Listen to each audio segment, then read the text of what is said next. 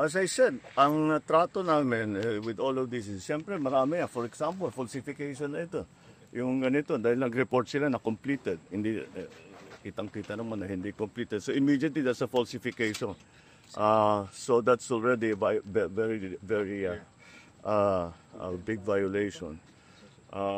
And for the big ones, talagang I'm thinking very hard to pipilahan natin sila na economic sabotage. And this is a perfect example of the abuse that is being done by some of these contractors.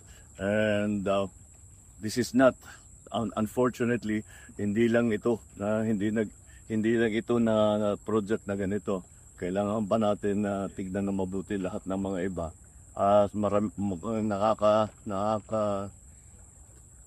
Nakakalungkot, pero ang dami pang iba na sa amin palagay ganito rin, na ganitong kalaki na project. Well, more than disappointed. I'm actually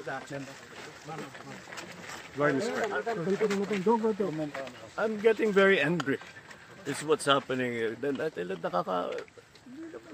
paano naman, wala talaga. 220 meters, 55 billion, completed ang record ng Public Works.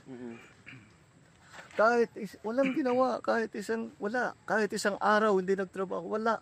Wala kang makita, puntahan ninyo, wala kayong makita kahit na ano. Tuloy-tuloy ang pagbaha doon sa kabila.